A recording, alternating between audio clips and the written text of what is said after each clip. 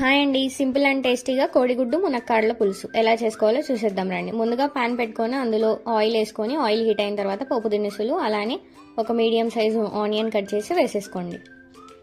Onions అన్నీ బాగా fry అయిపోయిన తర్వాత పచ్చిమిర్చి స్లిట్స్ వేసుకొని బాగా ఫ్రై చేసుకోండి. పచ్చిమిర్చి కూడా బాగా ఫ్రై అయిపోయిన తర్వాత కొంచెం కరివేపాకు వేసుకొని బాగా ఫ్రై చేయండి. కరివేపాకు ఫ్రై అవుతున్నప్పుడే మీరు పక్కన పాన్ పెట్టుకొని అందులో ఎగ్స్ వేసుకొని ఎగ్స్ బాయిల్ చేసుకోండి. అలానే మునక్కాయలు కూడా ఒక బౌల్లో వేసుకొని మునక్కాయలను కూడా బాయిల్ చేసి పెట్టుకోండి. లేదు అంటే మీరు డైరెక్ట్గా ఇందులో కూడా వేసేసుకోవచ్చు, బట్ కొంచెం టైం పడుతుంది. ఇందులోనే ఒక టేబుల్ స్పూన్ అల్లం వెల్లుల్లి పేస్ట్ వేసుకొని పచ్చివాసన పోయేంత వరకు ఫ్రై చేసుకోండి. ఇప్పుడు గ్రేవీకి సరిపడా టొమాటోస్ తీసుకొని చాప్ చేసుకొని అందులో వేసేసుకోండి.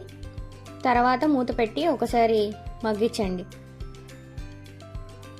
నెక్స్ట్ అందులోకి చిటికెడు పసుపు, మీ రుచికి సరిపడినంత ఉప్పు వేసుకొని ఒకసారి కలిపి మళ్ళీ మూత పెట్టి ఒక 5 minutes బాగా ఆయిల్ తేలేంత వరకు ఉడికించుకోండి. ఈ రెసిపీ మీరు ఎప్పుడైనా ట్రై చేశారా? ట్రై చేసిన వాళ్ళు ఎవరైనా ఉంటే కామెంట్ సెక్షన్లో కామెంట్ చేసేయండి. అలానే మీ ఫ్రెండ్స్ అండ్ రిలేటివ్స్కి షేర్ చేయండి. మన రాయలసీమ కిచెన్ని సబ్స్క్రైబ్ చేసేసుకోండి. ఇప్పుడు మీ రుచికి సరిపడినంత కారం వేసుకొని మళ్ళీ కలుపుకొని ఒక 2 minutes మగ్గించండి.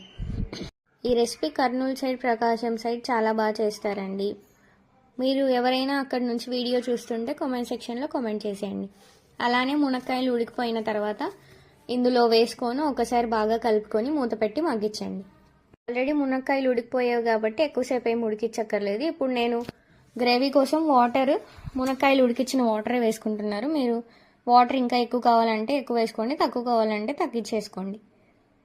ఒకసారి మళ్ళీ కలిపి మళ్ళీ మూత పెట్టుకొని కొంచెం సేపు ఉడికించి ఇప్పుడు ధనియాల పొడి, కొంచెం జీలకర్ర పొడి వేసుకొని కలుపుకొని ఒక 2 minutes ఉడికించండి.